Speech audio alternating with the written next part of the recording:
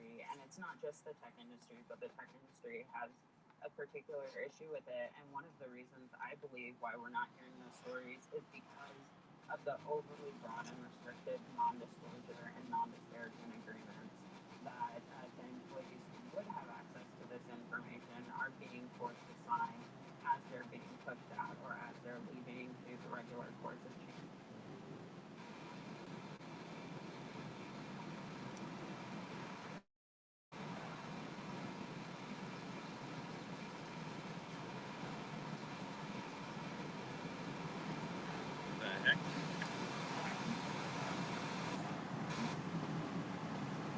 Different.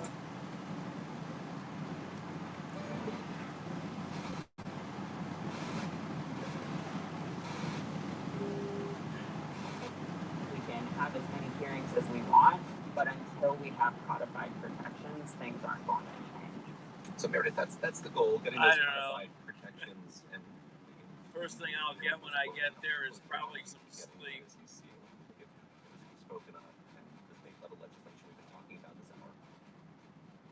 Things that like from the work on the Silence No More Act, we're getting closer, right? But it's, I think it's going to take sustained struggle and a sustained emphasis on just how bad the situation is as a workplace, and how much that the workplace contributes to the types of decisions that we're seeing have political ramifications. We're seeing, I think we can't take our eye off the ball, but I think Everett, I knew I'd been on this road before. Yep. An unfathomable amount of good in a very short period of time. Let me take the Facebook whistleblower as an example here as we wrap up in the couple of minutes that we have left. Frances Haugen has testified before Congress. She's also testified, I believe, before European Parliament as well. A couple months ago, I was over here. Wait for a whistleblower to continue. Where do you see that case going? It made this very sizable splash, created a lot of interest in the very beginning. How does a whistleblower sustain interest in the case and keep regulators engaged and interested with what's been brought forward? I think that attention is really important, but attention isn't change.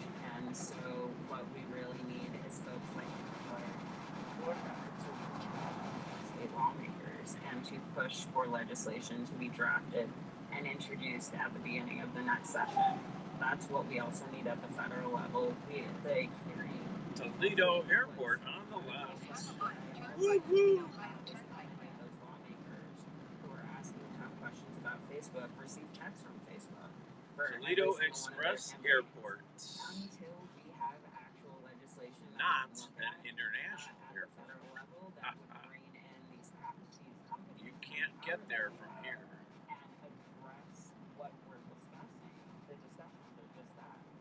Turn right onto the Ohio Turnpike ramp. These last 18 months changed the culture of big tech. I mean, having people working remotely, I imagine that's exacerbated probably many of these workplace issues. It's changed the noise, we can say. In a quarter mile, keep left at the fork. Follow signs for I-80 West, I-90 West.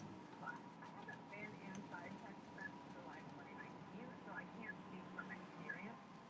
I do think we've seen over the last 18 months, and I would want one event that I think was really important in kind of moving this conversation forward, and that was Google's treatment of Andrew. And I think that that combined type of discrimination and racism and retaliation that is endemic at these companies with an explicit effort by the company to suppress and degrade research and planning and work. So it's to me with one of the co-leaders of the ICE have written a paper that speaks some of Continue for half a mile.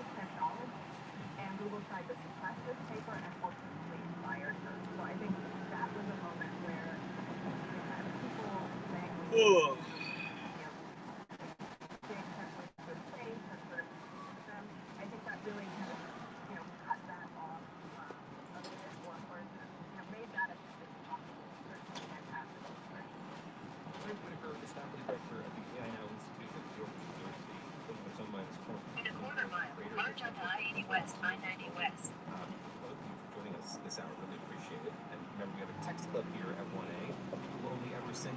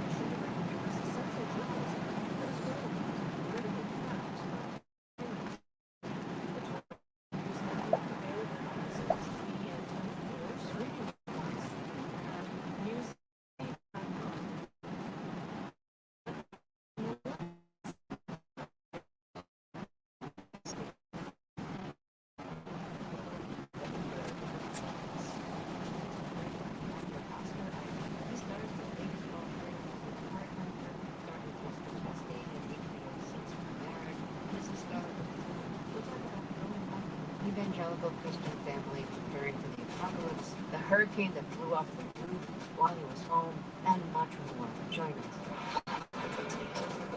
Listen for fresh air today at noon. Support from Michigan Radio comes from the U of M Stamp School of Art and Design, presenting Ocean Body, a multi-screen film and music installation by Mark Piazza and vocalists Helga Davis and Sharon Nova. Streaming online Thursday at 8 p.m. AnyStampsEvents.org. Radio weather, mostly cloudy today with periods of rain and thunderstorms possible. We'll have highs in the low to mid-50s. Michigan Radio is WUOM 91.7 Ann Arbor and Detroit. WFUM 91.1 Flint. WRSX 91.3 Fort Huron. And WVGR 104.1 in Grand Rapids. Okay. It's 11 o'clock. Humans evolved to avoid pain. We got snacks. We're ready to go.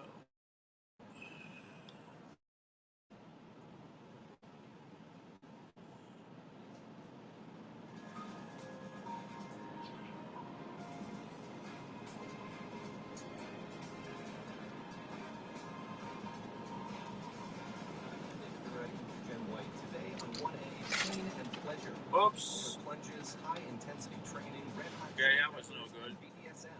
For some, the line between an experience that's painful and one that's thrilling can be very, very thin. Why is that? Where does pain come from? How do you experience pain without crossing the line? That was no good. Let's explore all that. I want to hear from you. When, if ever, do you enjoy pain? Your best to keep it PG rated. You can email us at 1a@wamu.org or tweet us at 1a. I just dropped my nuts. Live from NPR News in Washington, I'm Cora Coleman. Senate Republicans blocked a Democratically backed bill on Wednesday that would set national standards for voting rights. It's the third time this year they filibustered it, and the legislation could not even be debated. Senate Majority Leader Chuck Schumer says the measure is so vital he'll bring it up again. As soon as next week, I'm prepared to bring another proposal to the floor, the John Lewis Voting Rights Advancement Act. The Voting Rights Act has historically been bipartisan, but following the gutting of the law by of instruments and families, we're going to get a sample of that right away. This is a piece that he wrote when he was 19 years old. It's called Angels and Devils, and it's for flute orchestra. There's music of Henry Brant, Angels and Devils, third movement. Frederick Wilkins with the New York Flute Club. What is with this radio?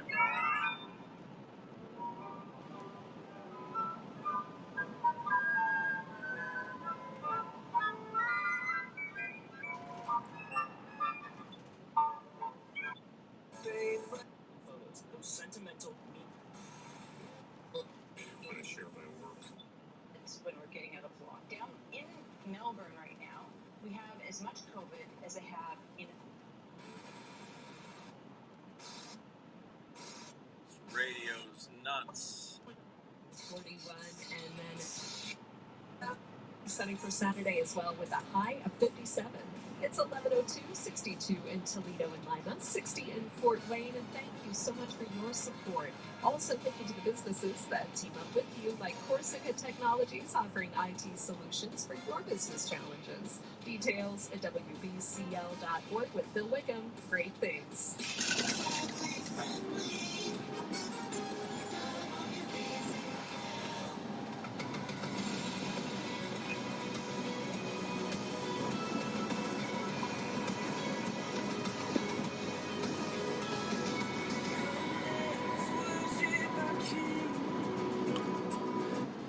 to share a little bit of my story.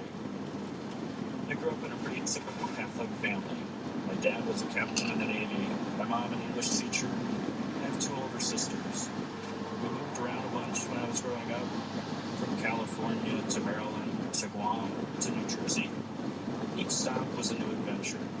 We'd find a new parish, make new friends, and get involved in the community. Important milestone has been reached in fight against COVID-19. 1 million vaccines have now been administered.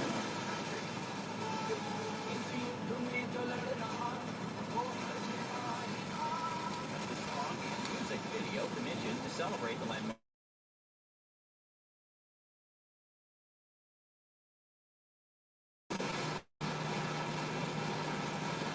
More than 450,000 lives in India. That total is second only to that of the United States. And that is the world this hour.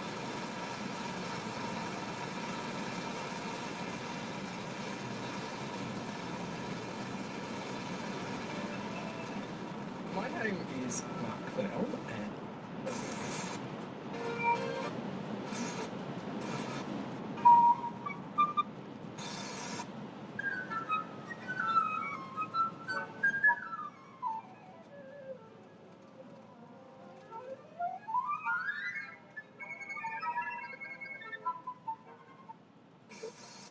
is good news. I'm Rick Cludette in that. A federal judge says she'll allow McLaren Flint Hospital to reduce its contribution to the city's water crisis master settlement. That's the city of Flint. A year ago, McLaren committed $20 million to pay damage claims. And many of the people suing the hospital over Legionnaire's disease claims opted not to be part of the master settlement. McLaren will now only commit $5 million to the master settlement. If it's approved by the federal judge, the size of that settlement will be about $626 million. The city of Benton Harbor is asking residents to stop using tap water. That's after a large water main break yesterday. Residents were advised earlier this month not to ingest tap water because of elevated lead levels. Bottled water is being distributed by the city. But now Benton Harbor says to use bottled water for washing and bathing too. People can use tap water for those purposes after pressure is restored. First, they should flush taps for 5 minutes, but tap water should still not be ingested. In Michigan radio weather, mostly cloudy today, periods of rain and thunderstorms possible. We'll have highs in the low to mid-50s. This is Michigan Radio News. Support for NPR comes from NPR stations. Other contributors include Charles Schwab, with a variety of financial planning options from online tools to meeting with a financial consultant. Schwab works to make it easy to plan for tomorrow today. More at schwab.com/plan.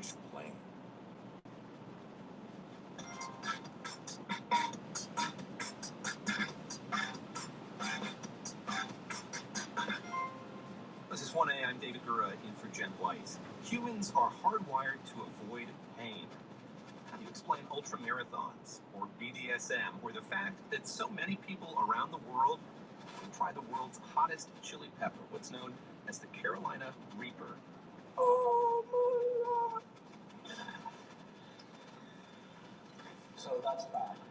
It's bad. Every breath out is like time travel into a stupid place. Do I really have to swallow this? Yeah.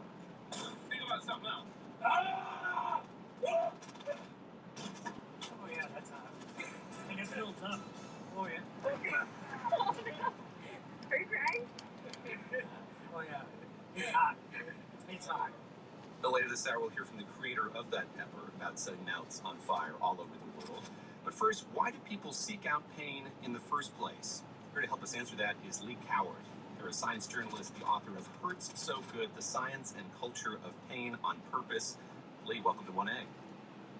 Oh, thank you so much for having me. It's so nice to be here. Great to have you. A quick note, we're going to cover a wide array of human experiences this hour, including sex, BDSM, and self-harm. As always, if you need to listen later, you can find a recording of our conversation online at the1a.org. Lee, let's start with the definition. If we could, you describe masochism as, quote, the deliberate act of choosing to feel bad and then feel better. Where did this term originate from, and how do we define it? Sure. So the origin of the word masochism is Psychopathia Sexualis, which is a book about sexual pathology by Richard von Krafft-Ebing. And that seems very tame until you realize that Richard von Krafft-Ebing named this particular sexual paraphilia after someone that he kind of knew at university where he worked, and that person did not know that he was going to have a sexual paraphilia named after him. That person was Leopold von Sacher-Masoch, author of Venus and Furs. he was a very popular author, and then it came out that actually his books were somewhat autobiographical, and he was shunned for that. And I'm not trying to say that Sacher-Masoch was an angel. He definitely had his own issues, but the creation of this word kind of ruined his career. Since then, the word masochism has kind of entered into colloquial usage, and in fact, Merriam-Webster defines it as a person who takes pleasure in pain and suffering. And we throw the word around to mean like grad students or people who like hot peppers, ballet dancers, anyone who's like opting into pain and suffering. And because of that, I just think it's important that we kind of start to shake off some of the shame that attended just based on where it came from in Psychopathia Sexualis. Yeah, you write that it's not just about sex. It's everywhere. It's been everywhere for a very long time. Ballet, from your own personal experience, how else does it manifest itself? Where else do we see masochism in society? Sure, we see it everywhere from religious fasting to BDSM, ultra runners, chili peppers, polar plungers, workaholism, high intensity exercise. There are so many ways for people to opt in to having a consensual, aversive experience to get something fun or enlightening out of it. You write about the ubiquity of it, and you raise this rhetorical question, which I'll carry back to you to answer here. Why aren't we talking about it more? Why has it become something so taboo? I think you write that it's not weird and it's not rare. Right, so it's actually really common. I mean, McKinsey found that over half of participants surveyed like to be bitten, and that's just in sexual masochism.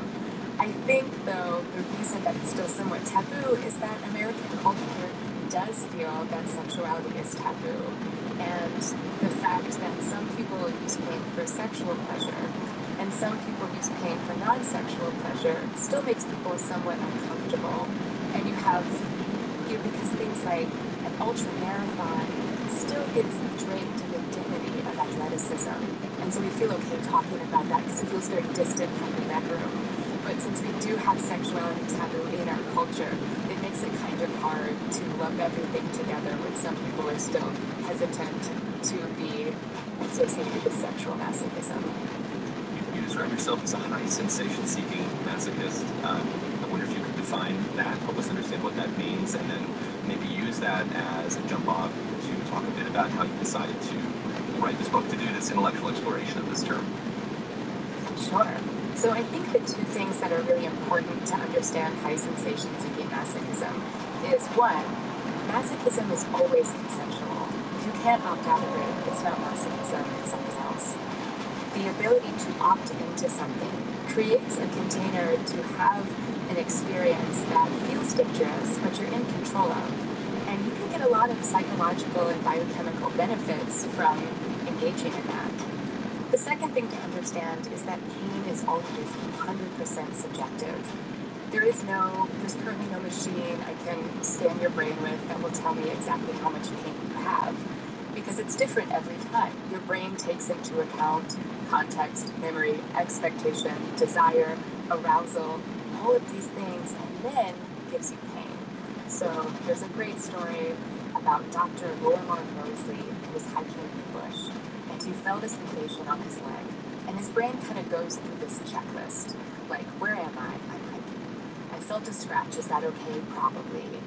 And it runs the diagnostics and then just goes, okay, that was probably a stick, you're fine. And a few seconds later, he collapses, because actually he had been bitten by an eastern brown snake, one of the most venomous snakes in the world. Dr. Moseley survived that, and then went hiking again afterwards. And on this hike, he felt something on his leg. And his brain was like, oh my gosh, what is a snake bite? And it drops him like a bag of rocks, just like flat out 10 out of 10 pain. Some of the worst pain he said he ever experienced. That was a stick. That was just a stick. It wasn't a snake bite at all, but the snake was trying to protect his body. So understanding that pain is subjective and that you must consent to it for it to be masochism, you can see that how people might use their own bodies and the biochemical response to pain in order to kind of use their body like a playground. Oh, sorry. I started out in ballet and some painful art form. For ballet, I did that for 20 years and it was the great love of my life, truly. And when I left ballet, suddenly all this that I suffered in ballet, I was very much filled with this big, thick, corrosive rage about the trauma that I'd suffered, and I turned to speak inwards, and I went through a very dark period of self-harm.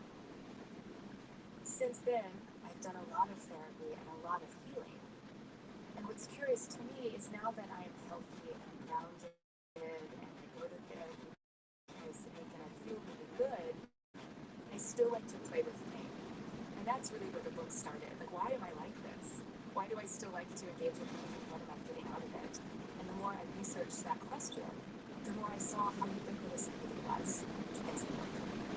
Lee Coward is speaking with us. They're a science journalist, the author of Hurt So Good, The Science and Culture of Pain on Purpose. Very glad you brought up that ballet anecdote. You write very vividly about getting your point shoes at 12 and just the dynamic therein of the pain associated with it, but also your thrill with having those shoes. I want to play this message from Susan, who used our app, wanted your thoughts on Peter's that. I'm a masochist and have a company. This is the way that I'm wired. I felt this way my whole life. About 10 years ago, I was lucky enough to meet an incredible sadist who I'm very compatible with. I always want more when it comes to impact play. They therapy so well. I like the feels, and it's also an extremely arousing thing for me. Mentally, during a session, it's impossible to think about anything else. It feels like my brain is at a